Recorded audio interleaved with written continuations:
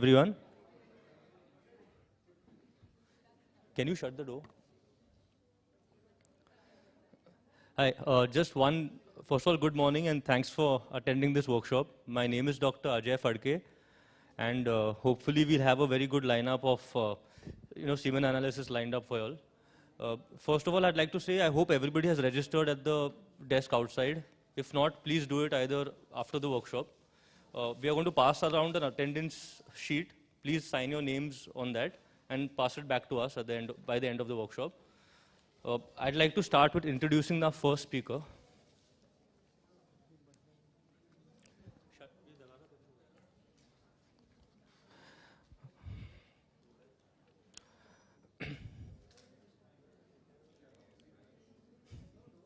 There's no door?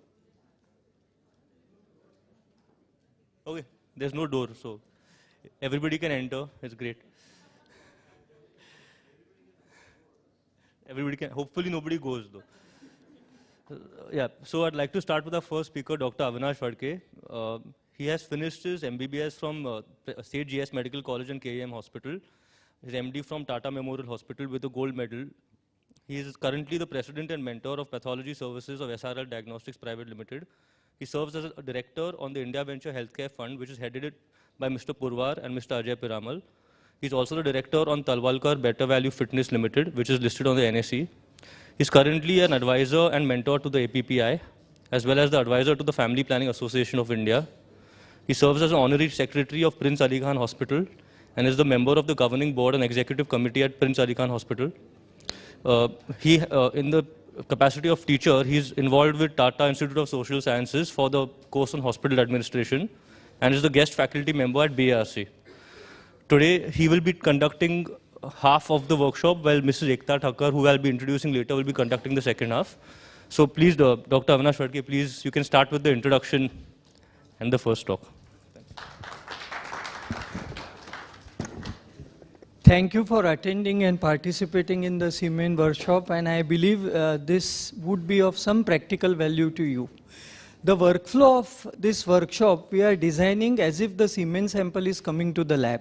So we will be starting from right from patient entry, what instructions you give, how the patient collects the sample, what you do with the sample when collected, how you count it, process it, till the interpretation part, so that all of you are clear.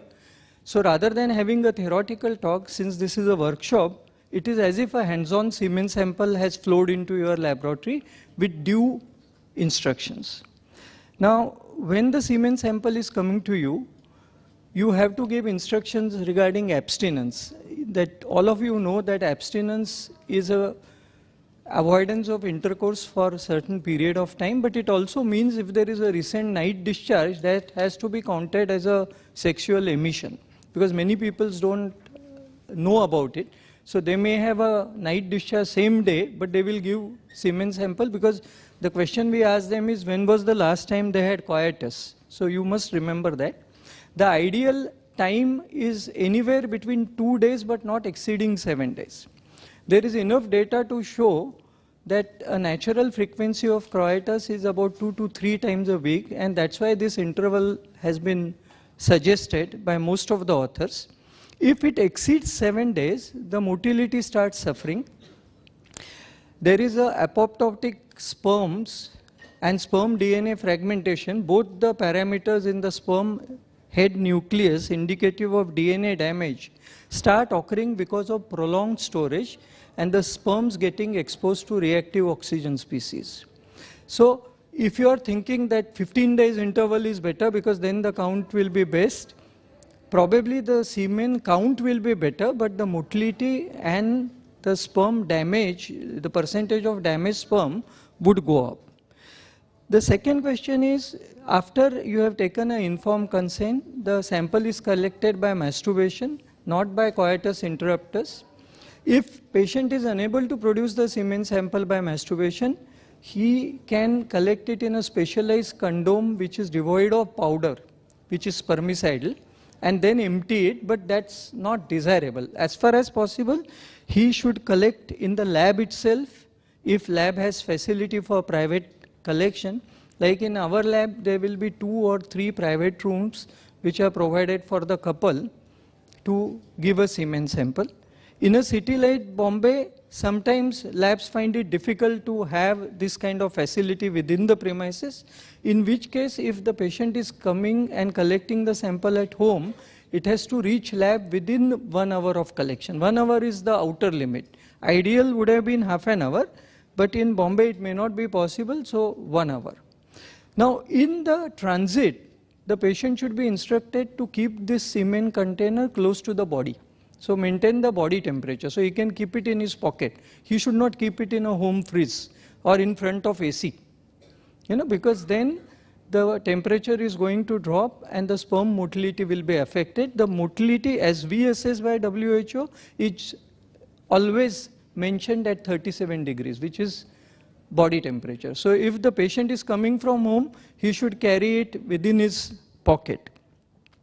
Then when he reaches a lab, how you will assess the volume? Now if 1 hour is over, some parameters you are likely to miss. So all of you are aware what is liquefaction and what is viscosity, what is the difference between the two.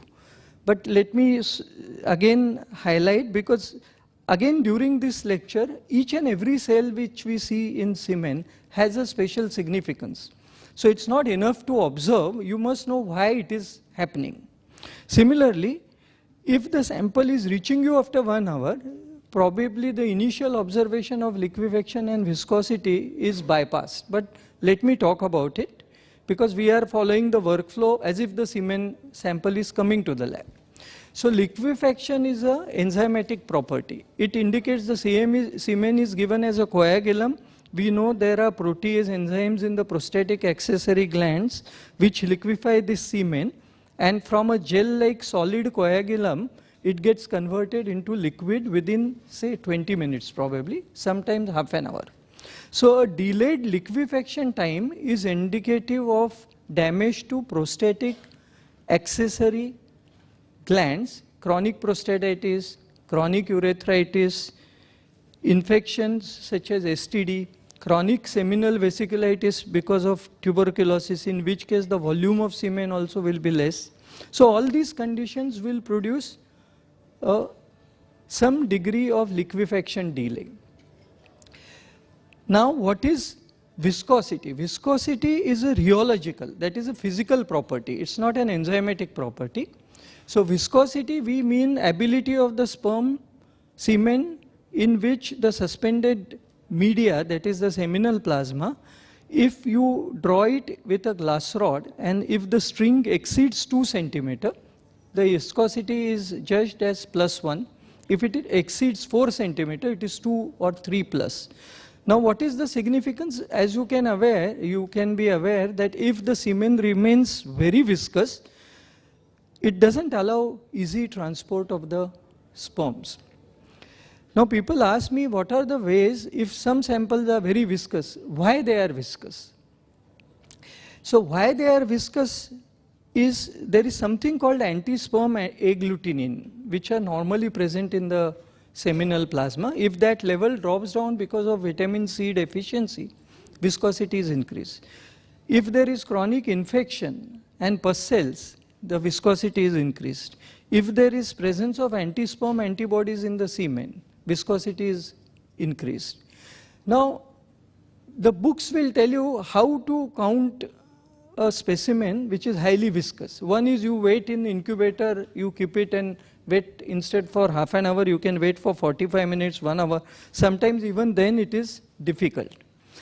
Now, there was a method in which they would say that you take it in a tuberculin syringe and pass it through tuberculin syringe so that the strands are broken. But that also causes damage to the sperms and the motility can get affected. And if you are going to use this sample for intrauterine insemination, then you can't do this. The other way to reduce viscosity was adding certain proteolytic enzyme. Again, nobody can do it in the lab.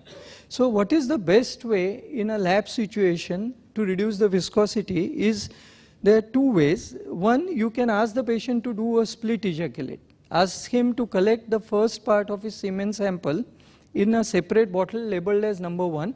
About 60-70% of the sperms will come in bottle number 1. The remaining 30% will come in bottle number 2 with seminal plasma. So you are naturally separating the viscosity. That's one way.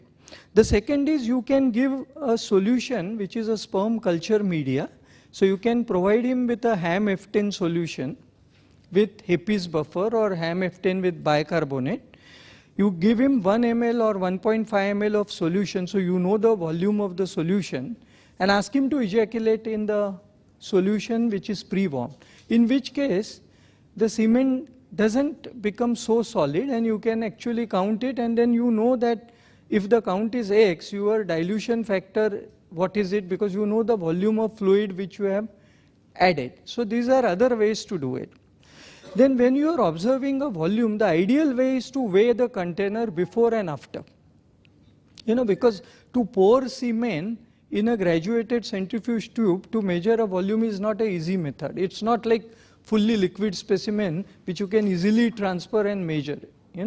So some of it will get stuck to the glass, some of it will get stuck to the side of the centrifuge tube and won't reach the bottom, and this is especially true if your semen volumes are less. Now can any one of you tell me, if your semen volume is say 0.4 ml or 0.3 ml, what does it tell you? Yeah, one is part of the semen could be lost, but are there any condition which will produce a low semen value? Congenital absence of vast difference, which along with it the seminal vesicles also not. Absolutely right. Absolutely right. And this we must remember that in cases of absent vas, in cases of ejaculatory duct obstruction, in cases of incomplete semen discharge, in cases of retrograde ejaculation, this patient could be having diabetes, could be having some neurological damage. So the sphincter contraction is not propelling the semen through the urethra, but the semen is going backwards into the bladder. And what we do is observe a post-coital urine sample to look for sperms in such cases. So 4 conditions in which the semen will be very low in volume.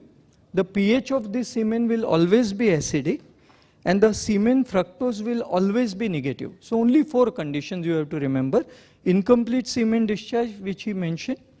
Second was congenital absence of vas because of corresponding absence of seminal vesicle. Third condition is a ejaculatory duct obstruction, that is the vas when it opens into the prostate. They get blocked because of some cyst or chronic infection. Fourth is, as I said, retrograde ejaculation. And in India, rarely you come across conditions such as tuberculosis of the seminal vesicle, in which case the seminal vesicles are badly damaged and shrunken. And patient gives you a history that earlier I used to have 2 cc semen volume, but as the years have passed, and I was taking anticox, but as the years have passed, my volume is diminished from 2 cc to current 0.5 cc. So just by observing a volume and doing a pH test, and which you have found that the pH is acidic and the fructose is negative and the volume is low, you have actually come to 4 conditions. And easily you can differentiate. Congenital absence of vas, you can just do a per-rectal ultrasound to see the seminal vesicle is present or not. If it's incomplete semen discharge, it can be sorted out by repeat sample. If you are suspecting retrograde ejaculation, ask the patient to collect first urine in a culture media after the coitus, in which case the sperms in acidic urine will not be lost because you are collecting it directly in a culture media. And fourth, as I said, it's very easy that there is an obstruction in ejaculatory ducts. It is very important to mention this because if there is an obstruction in ejaculatory duct, if you just report as azoospermia and you report fructose positive in this patient, he will be submitted for testicular biopsy in the hope that the obstruction is higher up somewhere in the epididymis. Somebody will do a vasoepididymal anastomosis, but will miss the ejaculatory duct obstruction, which is much lower down. Much lower down. So this patient in the first place shouldn't be subjected for FNAC testes or a core biopsy or a conventional testicular biopsy. So how much information you have just gathered by observing the semen sample, learning about viscosity, learning about liquefaction, learning about presence or absence of fructose. Now can anyone tell me what is the importance of fructose and should we do a quantitative estimate? I have already outlined to you 4 conditions in which the volume would be low and only 4 conditions in which fructose will be absent. Remember, if you do a vasectomy, you are not blocking the semen pathway post seminal vesicle, in which case the fructose is going to be positive but sperms will be absent because the seminal vesicular fluid is coming out. But fructose to be negative, the seminal vesicular secretions should not reach down, in which case we have outlined this condition. Barring this, do we need to assess fructose and what does it indicate? There was a thought process that whether fructose is a energy fuel for sperms, and people used to think that the fructose provides nourishment to sperms and that's the reason fructose exists in the semen. By the way, fructose is a unique sugar which is not present in other species. Other species of animals don't have fructose in their semen, but human being has. But this is proved to be inaccurate because there is no correlation between semen count, motility and the quantitative estimation of fructose. For all practical purposes, when I started my practice, we used to have 10 semen fructose quantitative every day. Now I rarely get 1 in a week because people have realized that it's not so important. Also remember that there could be something in this because if you observe, if your sperm counts are very high, say 120 million, 150 million, which you find rarely nowadays, then semen fructose comes weakly positive. So that means there is something in which the sperms are utilizing this as an energy resource. So this was about the initial examination of the semen. Now fructose is evaluated by resorcinol method. All of you know that you have to take about 0.5 ml of semen, 4.5 ml of resorcinol, boil it and there is a development of pink color. Always use a control. The control is 4.5 ml of resorcinol in a tube with 0.5 ml of distilled water. Because this solution in an amber colored bottle also develops a weak pink color. So if you have no comparison, you are likely to report a semen fructose positive when it is negative. So without a control tube in which no semen is added, just boiling is not the answer because your control should be absolutely colorless or very light color so that you know that this is more than this. So it is in modern world it has become enough to just do semen fructose qualitative. So our life is made simple. Similarly, some of the earlier tests like semen acid phosphatase levels, semen alpha glucosidase levels, these are no longer used so commonly because the clinical implications of acid phosphatase are not there. But which are the situations where it might be still used? If there is a case which is medico-legal like rape, semen, what is the acid phosphatase value? It will be anywhere between 50,000 to 1 lakh. So if you compare it with blood, it's at least 30,000 times to 50,000 times more. So you use it as a marker of some kind of unnatural sex to prove, even if somebody has wiped out the vagina, if you do a douche with normal saline and do an acid phosphatase test on that, and if it is found, there was some semen inside, because otherwise there was no reason for acid phosphatase to be so high. But barring that, in day-to-day practice as you perform, it's unlikely that you will need any of the quantitative fructose and semen. Now after this initial observation, you are going to reach a stage in which you are going to count the sperm, assess the motility, and also if any treatment is required for sperm preparation prior to IUI, ICSI or IVF, which Ekta will be handling. And then I will come back and give a talk on semen analysis with lot of atlas kind of presentation. So you see lot of pictures of abnormal sperm, what are the newer guidelines, how it has evolved over a period of time, and most importantly, what is the interpretation significance of each and every cell which you see in semen, how to correlate it with clinical outcomes or how to correlate it with clinical perception. Lastly, before I hand over to Ekta, let me tell you that testicular biopsy in modern days is restricted to two situations. Earlier, what was the indication of testicular biopsy? Any patient with absent sperms in the semen and any patient with low sperm count. Now the second indication has gone.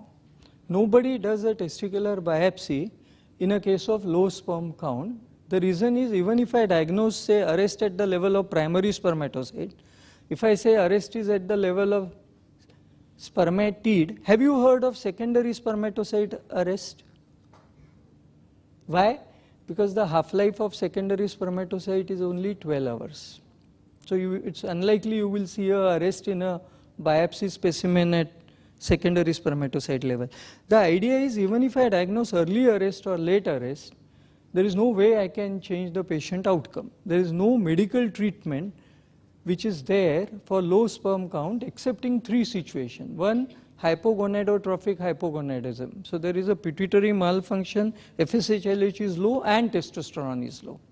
Hyperprolactinemia, and a vague indication if there is a varicocele which is very large. Apart from this, there are no treatable medical conditions in andrology. So if that is the case, I am not going to be wiser by doing a testicular biopsy in a patient of low sperm count. So we don't do it. We do it when we suspect that there is likely to be obstruction, in which case I have to see a normal testicular size around 15 cc plus, normal FSH-LH testosterone. On clinical examination, a turgid epididymis indicating a distal block. And then I will submit this patient because I am suspecting that he could be normal and I can do a vasoepididymal anastomosis to overcome this. But there is a newer indication in modern day andrology practice for testicular biopsies. You know, there are a group of patients who are azoospermic, but ironically, you can see the sperms in their testes. In other words, there is testicular sperms are present, but they don't reach down in the semen because the number is so small that they are getting lost in the transit or they are damaged. So we have a procedure called TISA, that is testicular epididymal sperm extracted. So in which case we take a testicular sperm, it's not motile because it is not mature sperm, but we expose it to the culture media, she will tell you. And this testicular sperm is then used for fertilization. Since we can achieve fertilization with a testicular sperm, which we can achieve easily with epididymal sperm also, there would be surgeons who would not even do a vasoepididymal anastomosis. They will just take a epididymal sperm aspirate and process with ICTA for ICSI, because, or store it by freezing and use it subsequently, because they feel they can achieve a success rate, because the surgical procedure is a very skilled operation. Remember that vas deferens is a single coiled tube sitting in the epididymal tubule or single coiled mass. So to do a bypass of an anatomically blocked thing, most of the urologists are not trained. It has to be done under microscope, and their success rate is somewhere close to 50%. So if I am going to get epididymal sperms and I can use it for ICSI or IVF by not doing bypass but just removing the sperm periodically from epididymis, there are now andrologists who would attend the IVF session and would call the husband on that day, and they do epididymal sperm aspirate and will achieve that without a surgical procedure. But there are patients, as I mentioned to you, where you are suspecting that there could be some sperms in the testes, though the sperms are. So today, even in cases of non-obstructive azoospermia, we know that the testicular size is not so good. We know FSH-LH is high, indicative of testicular dysfunction. But we would still want to do a biopsy because we want to complete this patient's treatment option. It will come to a closure if I know that if there are no sperms in the testes, there is no option for him but to use donor semen sample, because I have no access even to a testicular sperm. So this is the second indication. Apart from obstructive azoospermia, you may do it in patients of non-obstructive azoospermia, but only those patients who would subsequently afford ICSI. If the patient is not going to do ICSI, it doesn't make sense to submit him for testicular biopsy for occasional sperm. Because if the patient is saying, I am not going to afford the subsequent treatment, you just prescribe donor insemination for his wife. Having said that, I think we have learned enough about the patient instruction part. And lastly, before I hand over to Ekta, all of you would be doing semen analysis, but some of you after Ekta's talk may be wanting to do sperm wash swim up or Perkol gradient separation.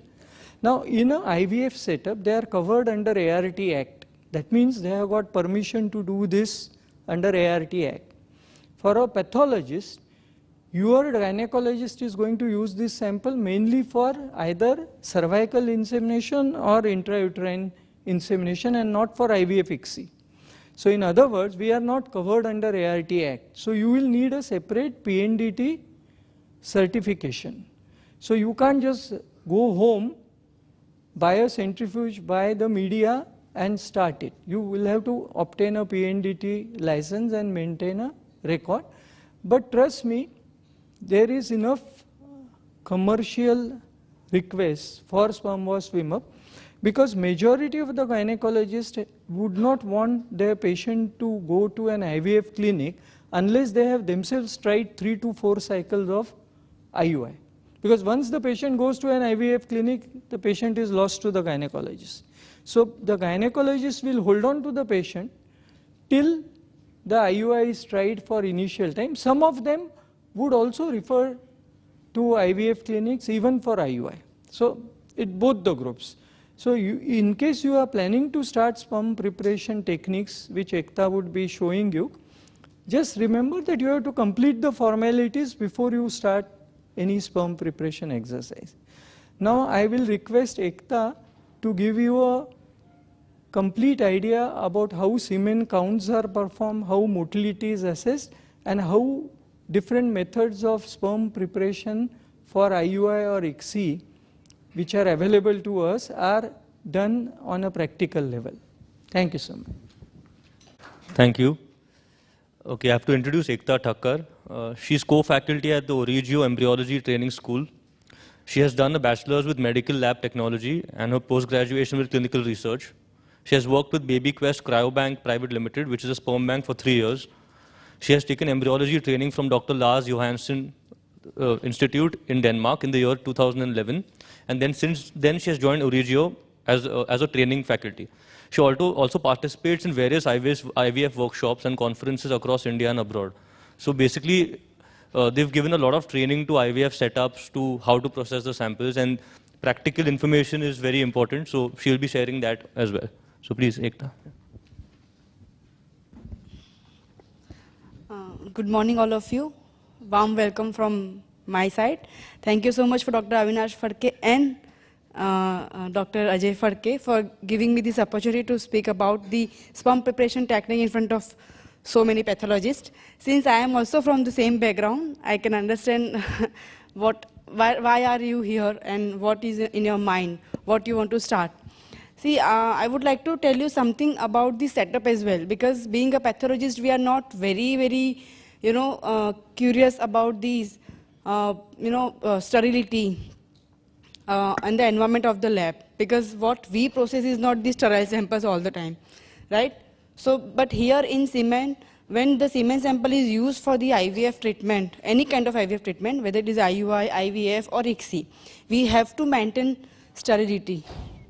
Like it should be sterile all the time. So for the setup, I know you all have your own lab and you can start IUI processing immediately. But if you really want to give a quality result to the gynecologist whom you are supplying the samples, you should have a separate set of equipment for the IUI processing. This is the first step you have to start. First of all, you have to buy the workstation, which gives you the sterile air. That is must if you are going to register for the PNDT. They will definitely ask. If you don't have, you can still process, but the thing is, sample will not be sterile. And that is not good for the IVF treatment. So I would suggest you to do the proper setup, and then you start doing your work. When you are starting your work with your pathology laboratory, you have to have separate area, which is not the sterile, but the semi-sterile area, which has a workstation, centrifuge, microscope, and heating block. These are the basic requirement of the IUI lab setup. Now coming to the my part, which is the processing, we will start with the analysis. After analysis, we'll move to the processing part. There are two techniques which I am going to show because these two are very popular and the standard techniques. There are people who are doing, you can change the technique according to your result. You can choose what you want to do. But what I am going to show is the standard one, which anybody can follow and can get the good results. Because our ultimate aim is to get the motile sperms, as many as possible, right? So let's move to the analysis first. We assume that the semen sample has come from the room. 20 minutes has been done. Now it is liquefied, and now we'll move to the analysis. Now analysis can be done by two ways. One is with the help of Mackler's chamber and the Newbar's chamber. Yes, you can do with the slides as well, but there you will not be able to do the justice to the sample because it is always not perfect. So yes, WHO is based on Newbar's chamber. So I'll show you both Newbar and Mackler. In IVF, majority people are using Mackler chamber because we don't need the exact count. I mean, we just the fair idea what is the count of the patient, so we can decide the treatment whether the patient will go for IUI, IVF, or ICSI. So that is the reason Mackler is also equally punctual, and you can get the result with the Mackler as well. But here the problem is sperms are motile when you see under Mackler chamber. So you have to be skilled enough to count them. And it is very subjective. Like for example, if I'll count, I'll get something else. If she counts, even though she is trained enough, there is a variation.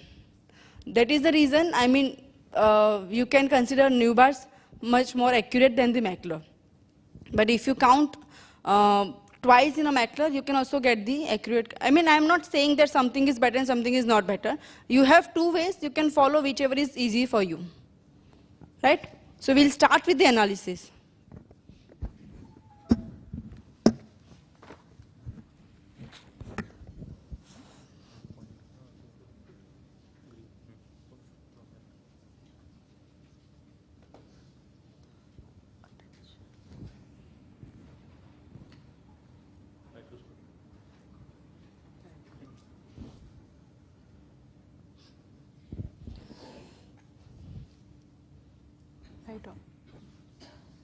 Is it visible to everybody?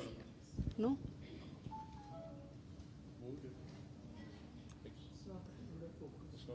No, it is not focused. I have not focused.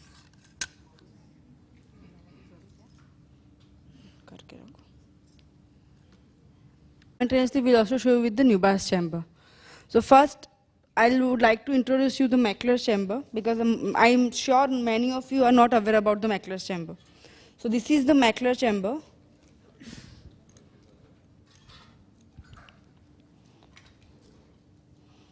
We have one more we can circulate to everybody. Isn't this very expensive? If you compare with the Newbar's, yes it is. But it is one-time investment. There is no need to buy it again and again. It is an expensive one if you compare with the Newbar's chamber. Like how much? 35 to 40,000. MAKLER. MAKLER, Mackler. So there is the cover slip. In that there are 100 squares. Same exactly like we have in Newbar's chamber for WBC count. There are 16. Here there are 100 squares. And we have to count the motility of the sperm in those 100 squares. So you can see a tiny dot in the center of this cover slip. And that dot contains the 100 squares. And whatever we count, that we have to multiply with the million. That many millions of sperms are available per ml sample. You have to count, yes sir? 10 squares, yes. You have to count 10 squares out of 100. Anyway, horizontally, vertically, zigzag manner, whatever is comfortable you can count. Multiply those 10 squares count into million is equal to your count per ml of the sample.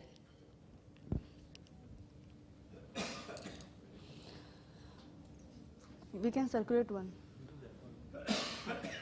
You can have a look to the macular chamber.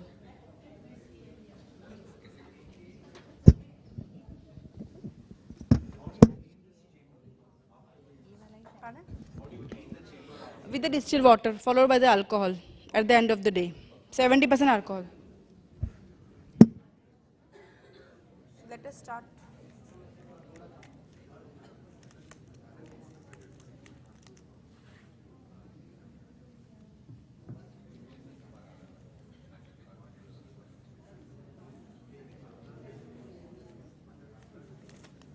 The macular, which is very, it is necessary to take 5 microliter. If you take more, then you will get the incorrect count because you are taking more sample, the count will get diluted. If you take less, then you will get the concentrated count. So you have to take 5 microliter, which is the limit. You have to take that much. There is no other way for that.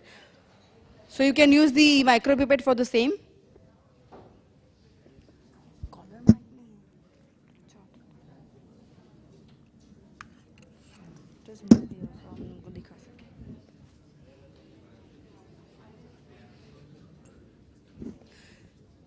Take 5 microliter of the liquefied semen sample, put the drop here on the macular chamber, then cover it with the cover slip. You have to be sure that you don't create the bubble. Fine?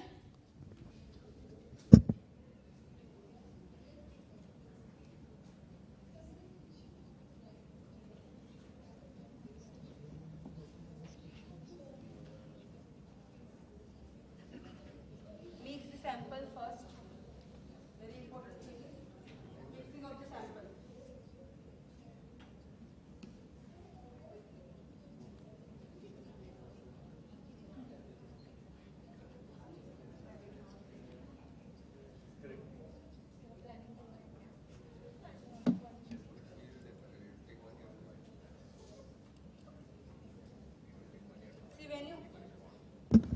When you cover it, the black dots has to come up.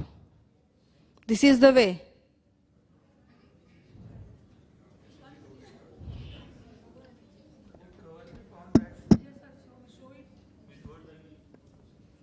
See, you can see it when you come here. We have a practical demo for the analysis, so we will show you at that time. Now, we adjust the microscope at the lowest magnification. Here we have 10x.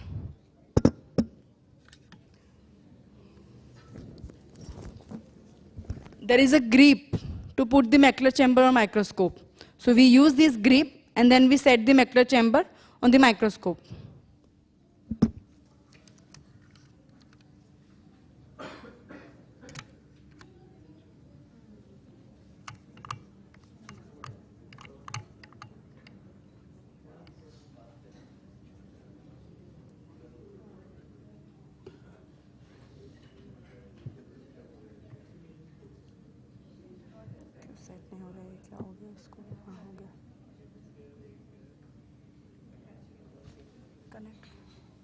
Connect. Is it connected?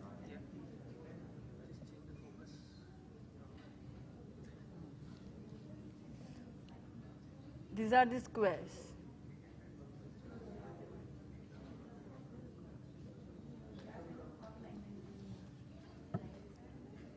See, this is 10x. I will go to phase contrast, then you will see the exact. Yes? Yes, phase 1, phase 2. This is fine? This is 10x. Yeah.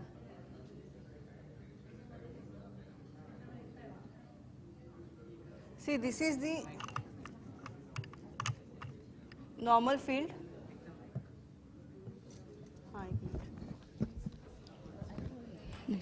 This is the normal field, bright microscope. And when you use the phase contrast microscope, see, this is the view which you get.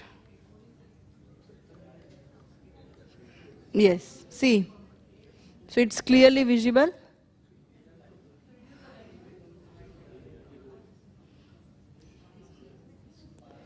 So you can see the motile sperms as well as dead sperms together.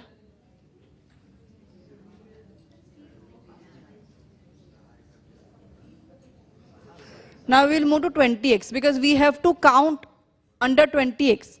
Here, because of the screen, you are able to see the bigger picture of it. But when you see under the microscope, you will not be able to count them at 10x.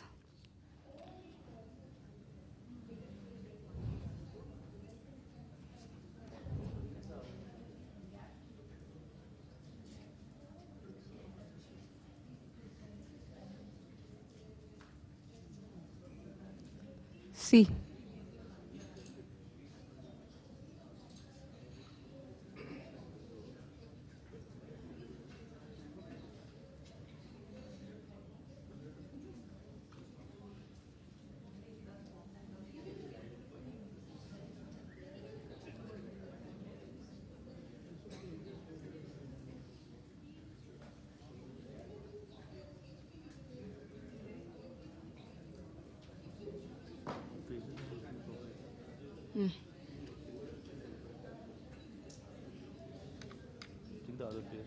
Yeah, this is better. Fine?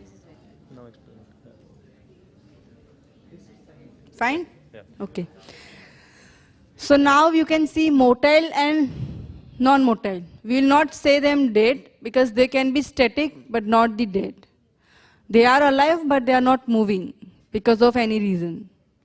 So now here you have to count both these sperms, motile plus static. The sample is frozen, so you will not see much of motility here, faster motility. But when you see the raw sample, you get real motile sperm, which is difficult to count under microscope with the McLeod's chamber, because you have to count the motile one and you cannot repeat the same sperm. So now here I can show you the technique, how to do that. See, we have 10 squares. You have to count 10 squares. Either you can go horizontally, vertically, or zigzag manner. Zigzag manner is more accurate. The reason is sperms will move horizontally and vertically much likelier. So they will not go zigzag. So there is a less chances of repeat the sperm, same sperm. So if you are comfortable in counting the zigzag manner, this is better. Zigzag in the sense you have to start from the one corner and then you have to reach to the next corner. In these two corners, you have to count 10 squares. You cannot count one here, one here, one here, one here. You have to count in a line. This is the way to count it. So now how will you count it? Whenever you are seeing under microscope, just focus on the one square. Like for example, I am focusing here in this square. Moment you focus that square, immediately you count them. Right now, I cannot see any motile sperms in that. Now see, there are 2, 3 come. So now, there are chances of repeating the sperm. So that is the reason, the moment you see under the microscope, immediately you count like 1, 2.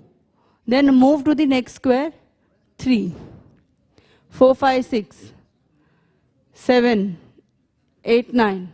Likewise, first you have to count the motile sperms because they are moving. After counting the motile sperms, go back and start counting the non-motile one because they will not go anywhere. The motile sperms will move. So first you count the motile. After that, you count the static one. After counting both, you have to add them. A plus B is equal to total count million per ml of the semen sample.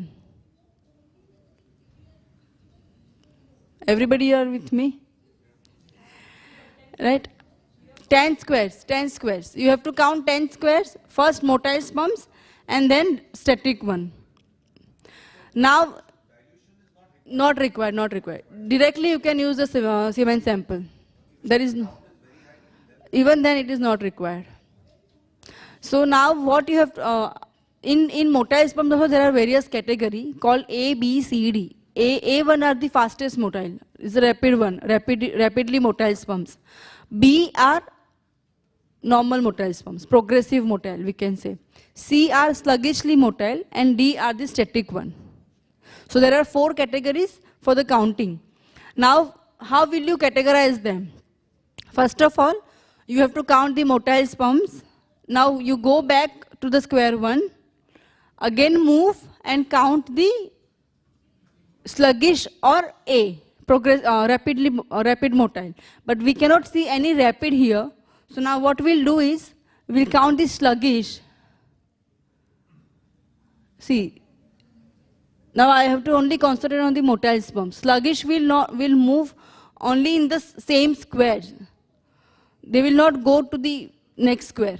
The progressive motile are the one who move from one square to another square. The rapid one are very fast. They will go like a rocket. Within a moment, I mean the moment you see them, they will go. These are the rapid one. No, they are progressive. They are progressive.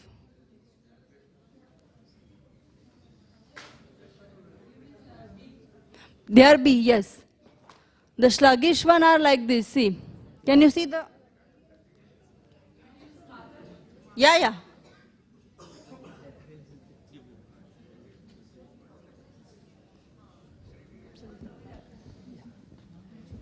See, I think there is some confusion, so I will clarify, Mechler's chamber, what are the pluses and minuses? She has outlined some of them and which are the methods to count it. Mechler's chamber is a very simple assay where you don't need pre-dilution of the semen sample and you can count any 10 squares to arrive at a count per ml in millions. So suppose your count is 40 million, you will count 40 sperm. The problem comes if the counts are say 3 million. Then in Mechler's chamber you are counting 3, so 3 can be 2, it can be 4, it can be 5. So at low counts, Mechler's chamber is not very accurate. Unlike a Newbor's chamber, it doesn't have an overflow gutter.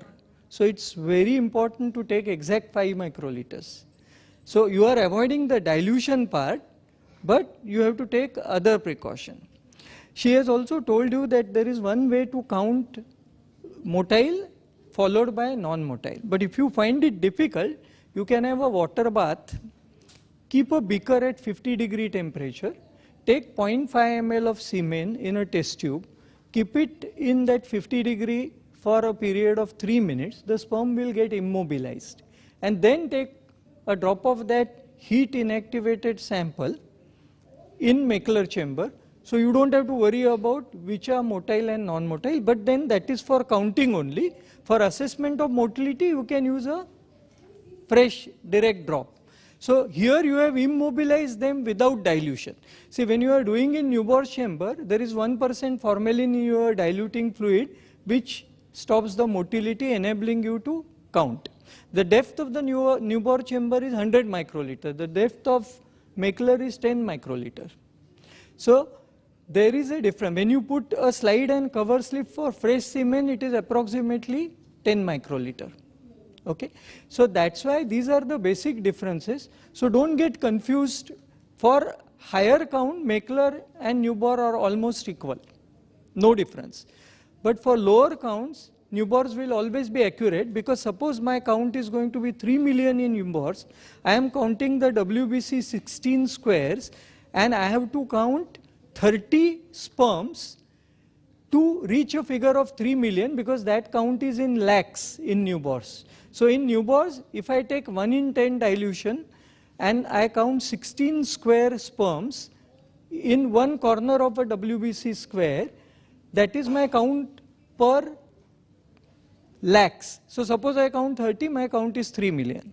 If my count is, for example, 30, 40 million, I am doing a 1 in 20 dilution. Now how to do these dilutions in Newborn, she will be telling you, but essentially it is very easy. You can take 950 microliter of diluting fluid, add 50 microliters of semen sample, you know that. So that 0.5 has become 10, so it's 20 time dilution. So you can keep a stand filled with 950 microliters. So just add 50 microliters of semen to achieve 1 in 20, so you can use it. Don't use a WBC pipette for dilution because semen is a viscous media and there won't be uniformity of the counts. So you all have realized that Macular chamber is very easy, convenient, but if you are confused about how to count motile sperms in counting, then you can use a heat inactivated meter. So this manufacturer is Sefi Medical Sciences. It's an Israel-based company. So if you look up in their reference literature, they recommend heat inactivated sample for counts and a fresh sample for motility. Now she was mentioning about rapid progressive. She is absolutely right. Most of these sperms are struggling progressive. There is hardly any rapid progressive here. You know, rapid progressive, I will try to show you if I find one.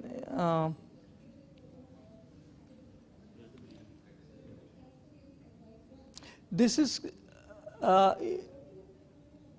is a frozen semen sample, so you are not actually seeing too many rapid progressive. Even in a normal semen sample, you will hardly see anywhere between 10 to 20% rapid progressive sperms. In this, unfortunately, most of them are category B, which is struggling progressive, or C. So when the sample, this sperm, which is moving very fast, so the sperm moves like this. See, this sperm. This will be close to rapid progressive. One question, sorry I'm interrupting. Yeah, please. So the latest trend, I don't know, you're the authority, they are saying the WHO at least, the grading the progressive motility like A, B, C, D or whatever, okay, that is outdated because there's a lot of subjective variations. So should we yet stress on the A, B, C, D part? No, which WHO you are quoting? 2010 manual is the last manual which doesn't talk about doing away with ABCD. That's the last manual. The latest WHO manual is 2010 and world over andrology labs still follow ABCD. So to answer your question, no, it's not outdated. The latest WHO manual, which is the 5th edition, which has come in 2010, nothing has come beyond 2010, which still mentions for motility assessment the same ABCD. Okay? Earlier manuals were not mentioning ABCD. They were mentioning something called as grades 1, 2, 3, 4. So ABCD is latest and it has. Yeah, you are confused. So the grading we don't use. So those grades in my talk I will be showing that when you talk about ABCD, how it corresponds to earlier grades. We will be discussing that. But all of you please remember that ABCD is the latest criteria and all of us have to score. It's very easy. A is rapid progressive, B is progressive but struggling progressive. Most of these sperms are B. C is very sluggish motility, almost non-progressive, and D is non-motile. So C and D there cannot be confusion. C is hardly moving, D is not moving, B is moving but not very rapidly, and A is a rapid sperm movement. Okay?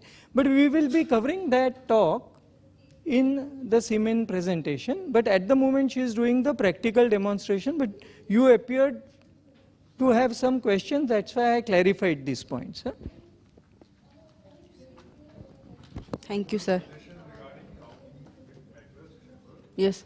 We should count 2 rows or columns. Yeah, you can. The best way to be as near the accurate count. Using 2 rows will be very helpful. Count 20. Yeah. Instead of 10 squares, you can count 20. 30 squares and average it out. Because then you will at least count some sperm. In 10 squares, suppose the count is 3 million, you are going to count only 3 sperms. So if you count 30 squares, you are going to count 9 sperms and divide by 3 will be your sperm count in millions. But there are enough scientific papers to show that Macular chamber overestimates semen count. There are enough papers to show that at low sperm counts it's not very accurate. So it's a method which gives you much better than what we do is approximation only on cover slip, but it's not as accurate as Neubauer chamber. So the WHO, the last 2010 manual doesn't mention about Macular chamber. It mentions only Newborn's chamber. So please remember that. So the reference method even today world over remains the Newborn's chamber.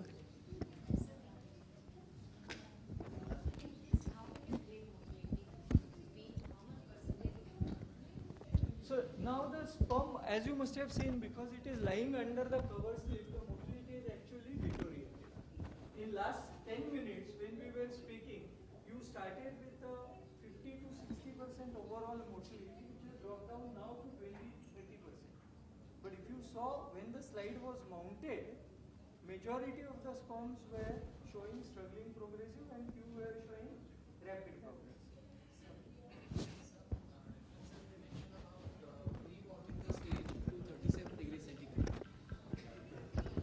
In foreign countries, this is definitely relevant, where the room temperature is say 5 degrees, 6 degrees.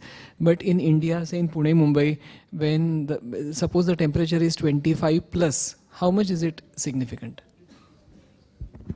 He has asked a very important question, that whether the stage temperature is critical. It is critical in countries where the temperatures are very low. So we can overcome this in two ways. You keep all your semen samples in incubator before counting. So the temperature of the sample is 37 degrees. Then the time taken for you to make a cover slip and see is hardly a minute. So this 37 degrees is not going to drop to room temperature in say 1 or 2 minutes. It will remain at 35, 36 for at least 5 minutes, in which you can finish your counts. So to answer your question, if in India, if you are using incubator for storing the sample still assessed, you don't need a separate heating for sperm motility to maintain that 37-degree temperature. Because it is not really essential, but in very cold countries, there could be rapid drop in temperature from incubator to stage, and you will need a heating this thing. But for reference motility, if suppose I want to introduce, I am a manufacturer or some drug and I am claiming my motility is going to get improved by addition of this to your IUI specimen, then I need to do everything at 37 degrees. Then I need fully controlled environment, in which case I will say that motility was XYZ at 37 with this drug, then addition of pentoxyphylline resulted in this additional motility. But for routine assessment, you don't need, provided you are maintaining 37 degrees in your incubator.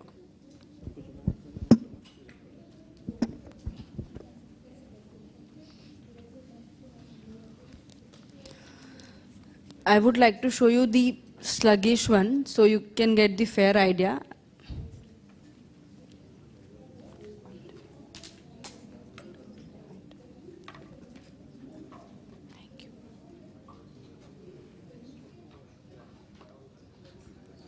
See, these are all the progressive one. They are not the rapid one.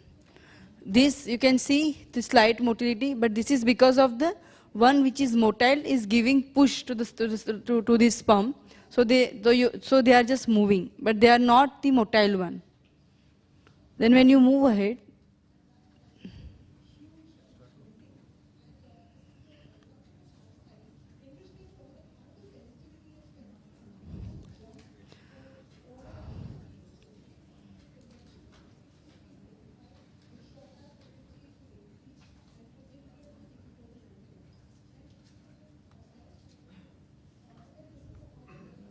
see this one.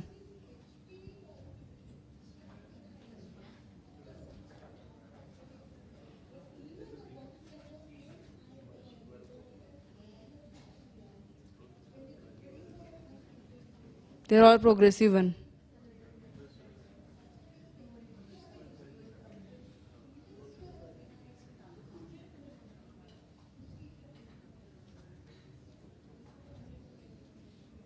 Yes, this is the sluggish one, see. This, can you see this one at the border? This is the sluggish one, which will move around the square only. See now, this is also the sluggish one, see.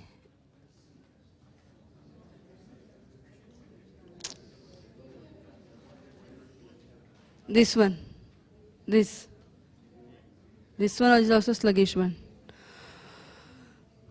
So, yes, sir. Yeah, they can go any direction. There is no direction. See, the thing is, the basic idea to show you on the screen is you can get the fair idea about the motility, the difference between the two categories. Here, there is no rapid, unfortunately, but yes, I would be able to show you the rapid one after the processing. So you will get the fair idea about the differentiate between the motilities. Sluggish and the static are the very easy to differentiate. The only confusion is between rapid and the progressive one, but rapid will go in one direction only. They will not change the direction. They will go linearly. So whenever you see the sperm which is going linear and very fast, it is called rapid. Progressive one can change their direction. They will go like this. I mean, not like the rocket. So that is the way you can differentiate between the A and the B. So now I will conclude everything. First, we put the drop of 5 microliter on the macular chamber. After that, immediately you put the chamber under microscope, focus it, and count the motile sperm first, and then the static one. Add both of them. That many million per ml is your count. Now, if you have low count, as rightly said by the sir that yes, this will not give you the proper idea about the low count, but there are ways to count that as well. Like if you see hardly 1 or 2 sperms moving in entire 100 squares, you count all 100 squares and then divide it by 0.01. Multiply it by 0.01, sorry. So that is the way you can count it, to get the accurate result, what you can do is initially you count 2 columns.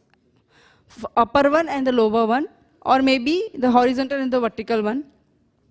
Then you take the sum of both of them. Or one more thing can be done is take the drop, count it, wash the chamber, again take the same semen drop from the same sample, and then take the sum. That will be the more accurate count. Then you do one time. So you can do like this. First is you can count only 10 squares and then take the another column, 2 columns, take the sum, or you take the sample twice and take the sum of both. Yeah?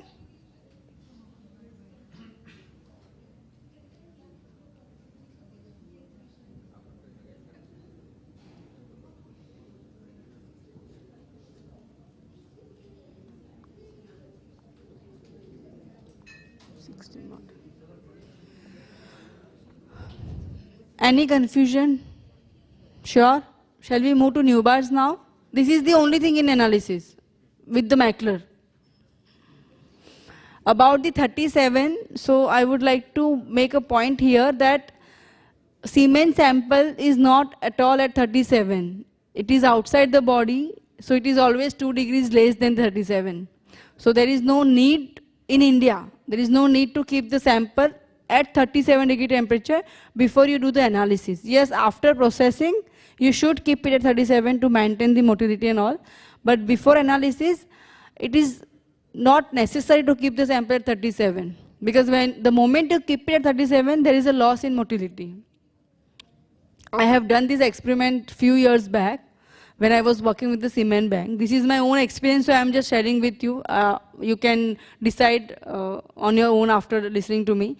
I have put the samples. I have already checked those samples earlier because they were routine donors. And we just wanted to, get as much as possible.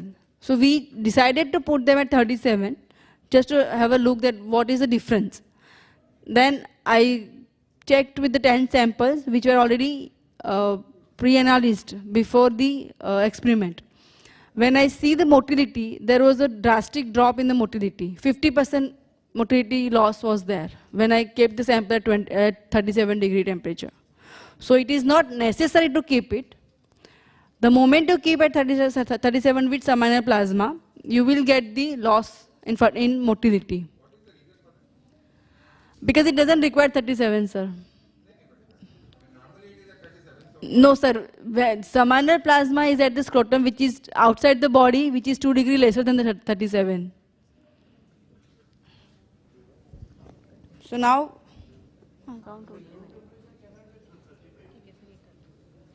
it cannot be 35, but you have to keep it at the room temperature only. No need to keep it at 37. When you keep it at room temperature, you will not get the loss in motility as compared to when you keep it at 37.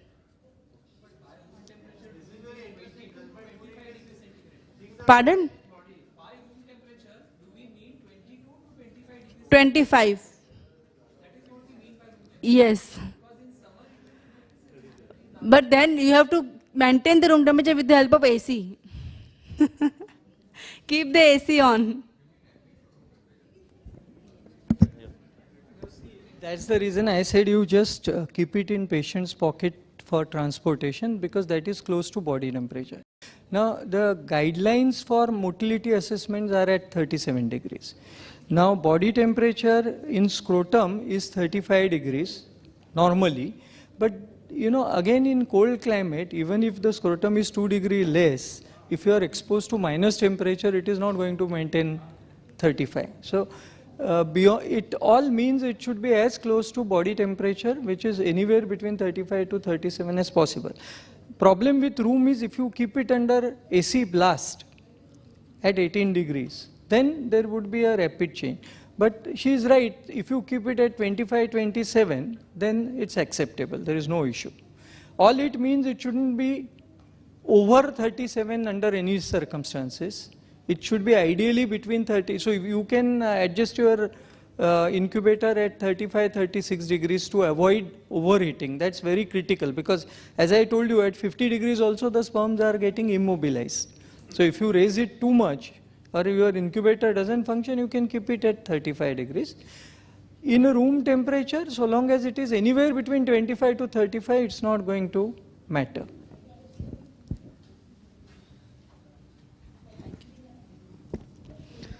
Now we'll move to the Newbar's chamber. Everybody, you must have Newbar's chamber. You can count the sperms with the Newbar's chamber. The only thing here, the difference is, in Macter you can count the motility and the count together. Here you have to put the separate slide for the motility, and you can do the accurate counting with the help of Newbar's chamber. So what we do is, there are two dilutions. If the count is low, you have to use 1:10 dilution, and if the count is high, you can use 1:20. In 1:10, we take 900 microliter of the sample, and 900 is diluting fluid and 100 microliter of the sample. So sorry. And when you do 1:20, it's 950 diluting fluid and 50 microliter of the sample. Charge the Newbar's chamber and see the count. Here you will not see the motility, so it's very easy to count the sperms. You have to count in RBC counter when you are doing 1:20. When you do 1:10, you use WBC count. WBC counter. 16 squares. So this is the count is good. So we have used 1:20 dilution, and now we are going to do the counting in RBC chamber. Yeah. 10x. Yes.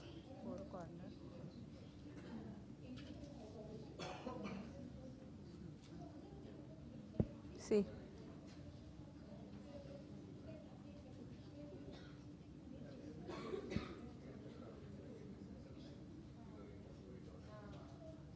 Okay.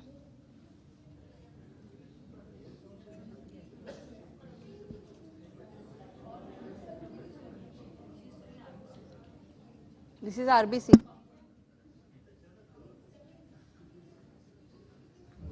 Can you see the sperms? Wait. See, these are the sperms. This.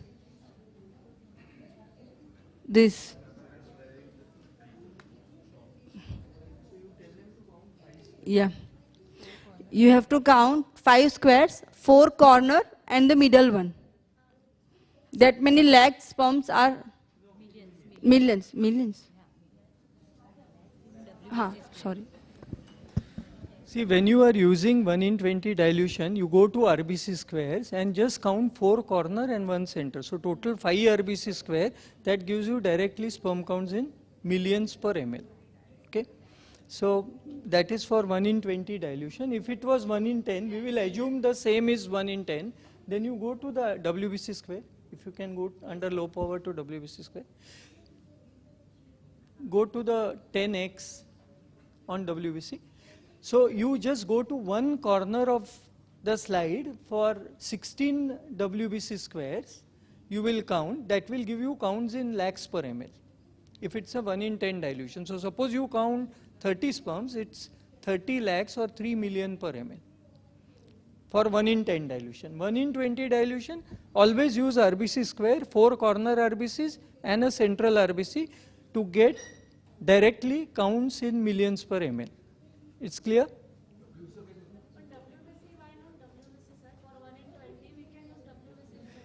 Yeah, but then your count won't be directly in millions per ml.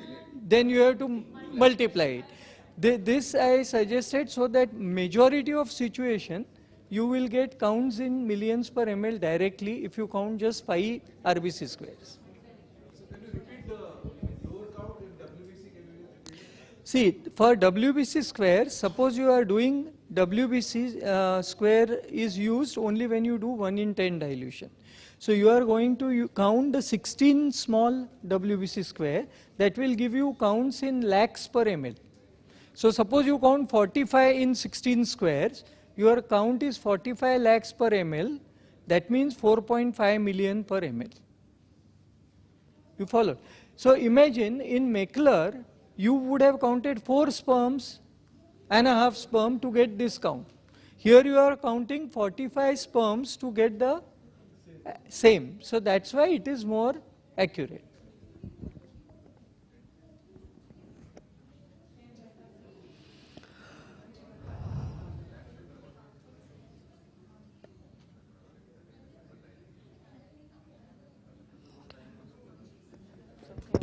I just have one point to say about counting.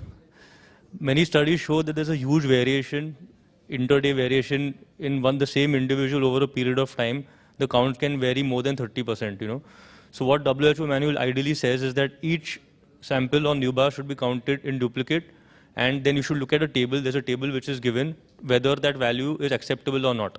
So this is the practice, but obviously if there's a large number of samples, it's a little difficult, but this is what the WHO manual ideally states. So this, at least if it falls, if the variation between sample 1 and sample 2 falls within an acceptable range, then you can take the mean of those two. If it falls outside the range, then you have to exclude and do it again. Yeah. Sir, some pathology labs, they give a table. They assess the motility, say, immediately after liquefaction, and then same motility, say 1 hour after liquefaction, 2 hours after liquefaction. How important is that?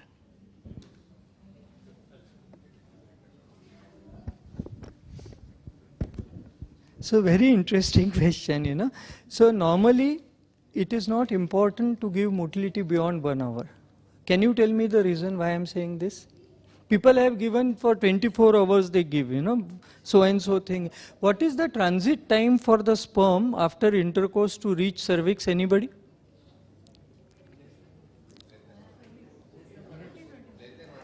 So okay, let me tell you the transit time from a vaginal deposition of sperm. The sperms can be found in cervix in 2 to 3 minutes. And in about 10 minutes, they are going to reach in fallopian tubes, where the fertilization occurs. Just listen. So how does it happen? Is it because of the sperm motility? Can they travel a distance of 12 centimeter from vagina to fallopian tube in 10 minutes with motility alone? So what is the answer? The seminal plasma has prostaglandins, and after the coitus, there are propelling movements of the cervix and the uterus which push the sperms into the fallopian tube. So there is a lot of peristaltic activity enhanced by prostaglandin content in the semen. Now if the transit time to reach fertilization, not even cervix, is 15 minutes, beyond 1 hour motility is of no use. Okay? Lot of reactive oxygen species are produced in seminal plasma. So the motility goes on dramatically reducing as the hours go by. So it is clinically irrelevant to make assessment of motility beyond 1 hour. So you can say at the end of, suppose you have observed at half an hour, you can say at the end of half an hour it was so much, and at the end of 1 hour it is so much. Suppose the sample has reached you at 1 hour, then you give only 1 hour motility, because then stating after 3 hours this is the motility is of no use to anybody. Okay? For that you must know that in a normal vivo situation, the sperms are reaching the desired endpoint in couple of minutes. In cervical pool, there is something called as a rapid transit phase. So the first motile set of sperm reaches the cervix in 3 minutes. Then there is a reservoir phase. The sperm will remain in cervical mucus for 24 hours to 3 days. And that's the reason if you don't count, do the coitus exactly on ovulation, still the pregnancy happens, because even if you have done it on 12th day of the cycles, there is a cervical reservoir established in that woman, so that when she ovulates on 14th day, the same sperm can attack the ovum. And that's the reason that not every pregnancy is timed as per exact date of ovulation. Okay? It is not necessary. No, the thing is, within 1 hour is give, because suppose you have observed after 20 minutes and there is a significant drop of motility at the end of 1 hour. That indicates there are presence of anti-sperm antibodies or some reactive oxygen species damage. So you should see it twice. If you have received the sample at 1 hour, don't need to report at 2 hours. But suppose the sample is given in the lab and your first assessment is after 20 minutes, then you can also give assessment after 1 hour. I did not understand these timings, because after being deposited in the vaginal vault, the semen has to first liquefy and then the sperms will start moving. So if the liquefaction time itself is going to be 25 minutes to say 45 minutes, how can the sperms reach fallopian tube within few minutes? Yeah, so the thing is, there is something called as the cervical mucus at ovulation has a property of spin bucket. It's a very copious jelly-like mucus at ovulation. So it produces columns of mucus which are like you have seen in stalagmites in caves. So like that there are mucus threads. So the sperms enter the mucus thread and it's like a superconduction highway. So it goes very fast into the cervix through those mucus columns, and the sperm can survive there for a very long time. Okay, this is not a passive transport. The cervical mucus also has ability to filter out all morphologically abnormal sperms. So when we talk about sperm morphology, how we know what is normal? Who decides what is normal? I don't decide, you don't decide. So we take a sample from cervical internal os level 1 hour after coitus, and majority of the sperm show a particular morphology which is not seen in the semen. So we take that as a reference point, because cervical mucus has filtered out the abnormal sperms and the normal ones have reached, otherwise you would have so many genetically abnormal children. Why it doesn't happen? Because they are filtered out by a natural mechanism. So to answer your question, yes, even if the liquefaction is taking time, first of all, also remember that the liquefaction proteolytic enzymes also exist in the cervical mucus. So the semen which the time taken in vitro in a petri dish is not the same when it takes in a coitus situation, because the moment it comes in contact with cervical mucus, the liquefaction is very fast and the sperm is going to use these mucus columns to reach the cervix by rapid transit mechanism in a couple of minutes. So in 2-3 minutes you will start isolating them from internal os. In couple of more minutes, in 10-12 minutes, you can demonstrate them in the proximal end of the fallopian tube. So I think that answers your question. So one more question I have. So how do you differentiate between increased viscosity and delayed liquefaction? Sometimes It's very easy. I told you, anything which is string is viscosity. Anything which is coagulated and not becoming liquid is liquefaction. So anything where you get a string which is 4 centimeter, it's viscosity. because it's a physical property. But the semen remains solid and doesn't liquefy is a liquefaction defect. So very easy. You go by the string test. Okay.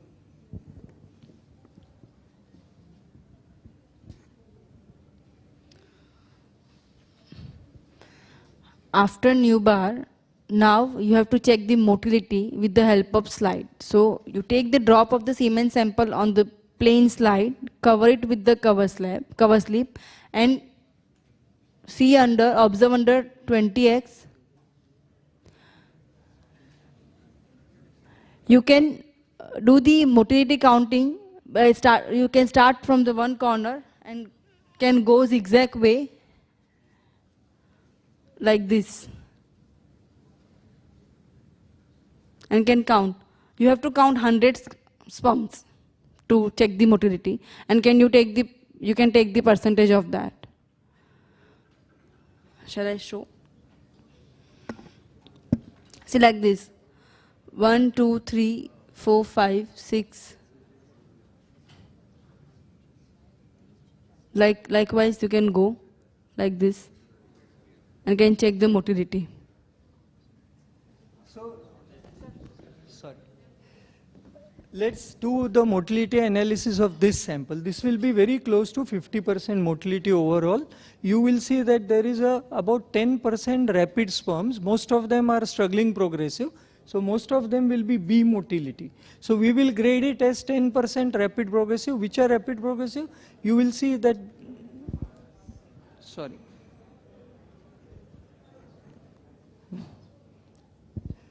This sperm is rapid progressive.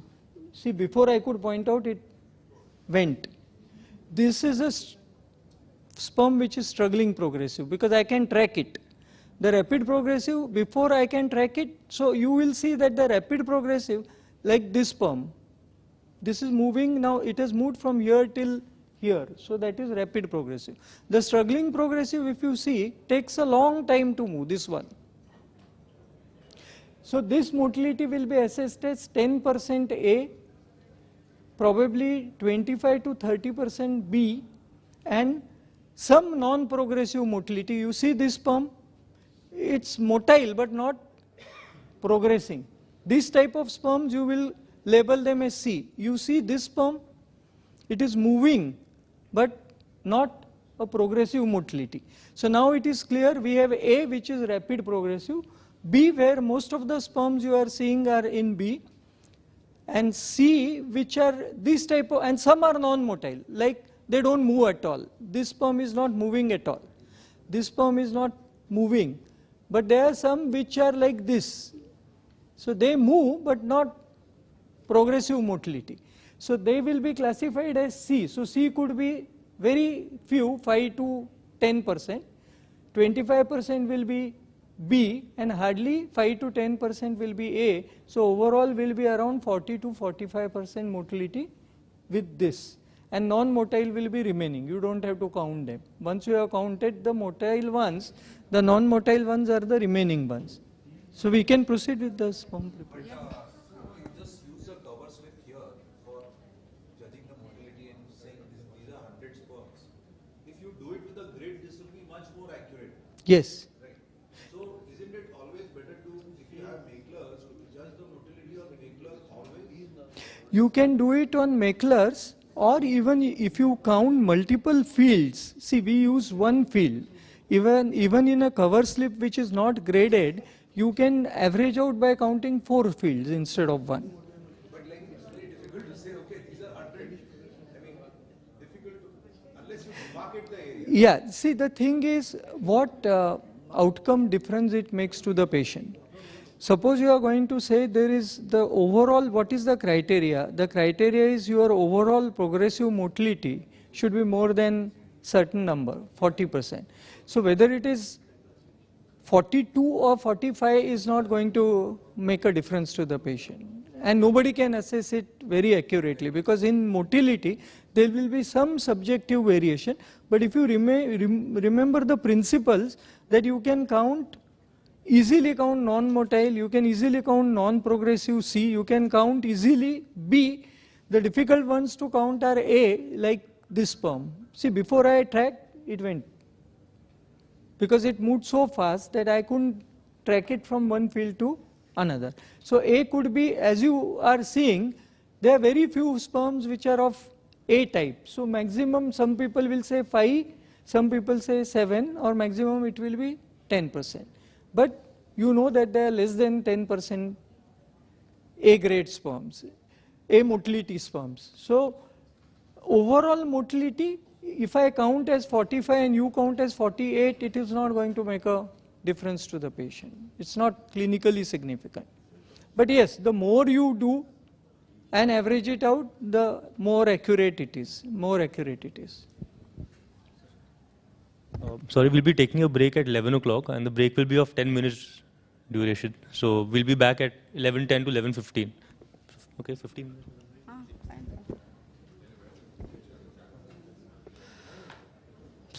I hope all are clear with the macular nubars in the slide. Any confusion? We can take questions, 1 or 2. Yes, sir.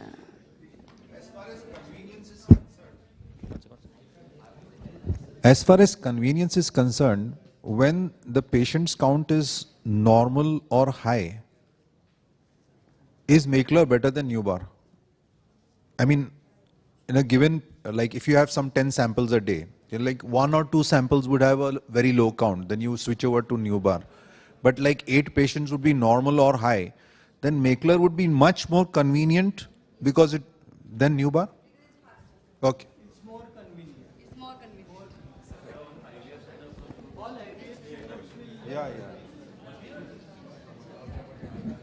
Sir, I have a very genuine doubt for you. After ejaculation,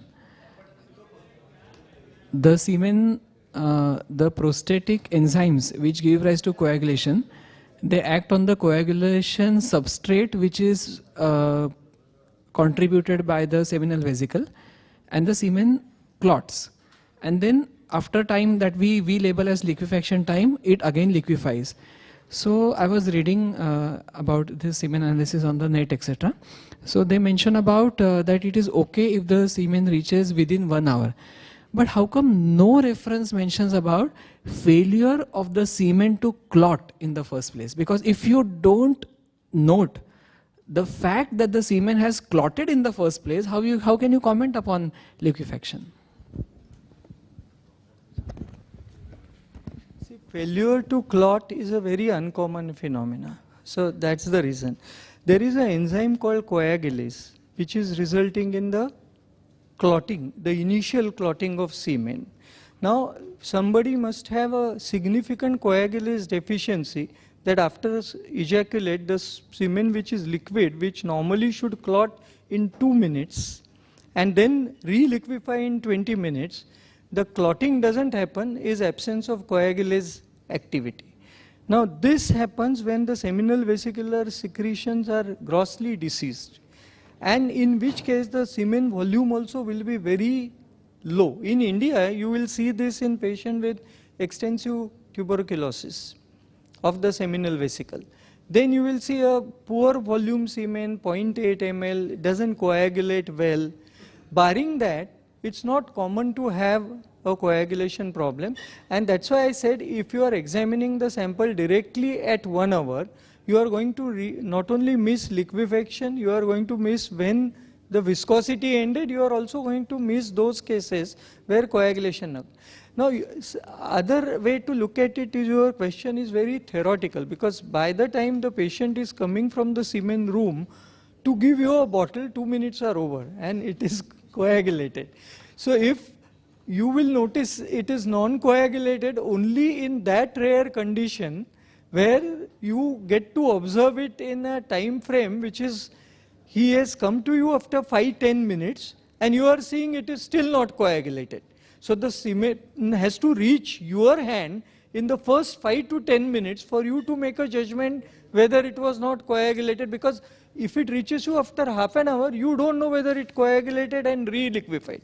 So for you to say it never coagulated, somebody has to have a coitus and give you sample in 3 minutes in the lab for you to make a judgment whether the initial coagulation happened or not. But yes, It can happen. We have seen samples which fail to coagulate, but this is very rare.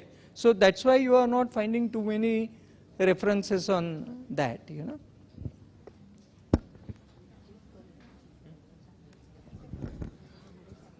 We can take a break now and then we can start the break. Does anyone?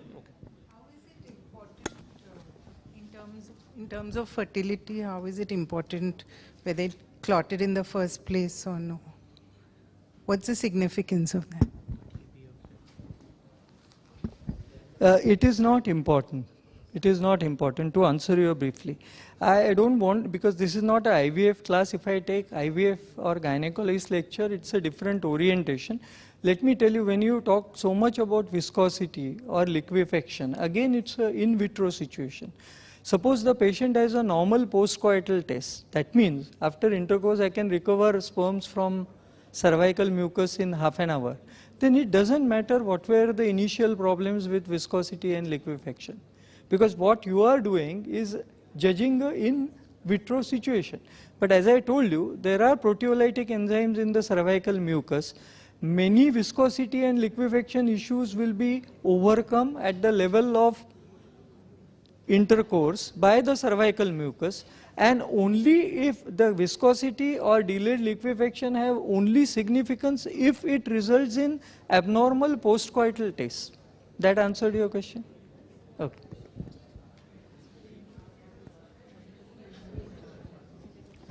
Okay, I think we finished the first topics for the morning, and we can take a short coffee break, and then we'll meet you back in 15 minutes, please. Okay?